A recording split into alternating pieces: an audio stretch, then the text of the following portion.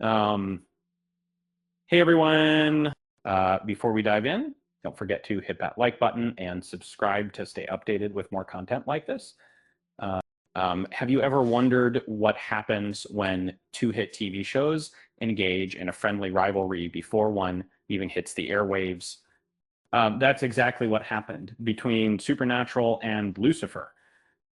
In a brilliant display of playful mockery, Supernatural aired an episode called The Devil in the Details just 5 days before Lucifer's premiere on Fox. The timing couldn't have been more perfect or more devious. The Winchester brothers, already veterans in dealing with Satan, showcased their expertise through a cleverly crafted episode. Their version of Lucifer, played by Mark Pellegrino, casually suggested relocating to Los Angeles to solve crimes. Sound familiar? That's because it's precisely what Tom Ellis's Lucifer would do when his show debuted on January 25th, 2016.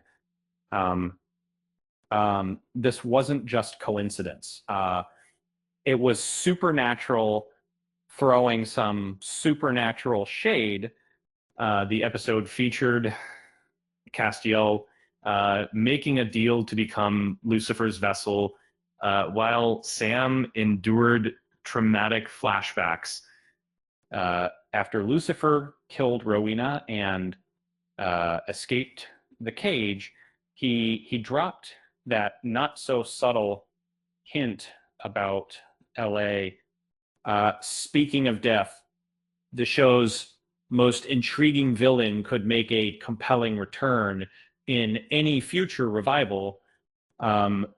Despite being killed by Dean in season 10, if anyone could come back with a vengeance, it would be Death himself.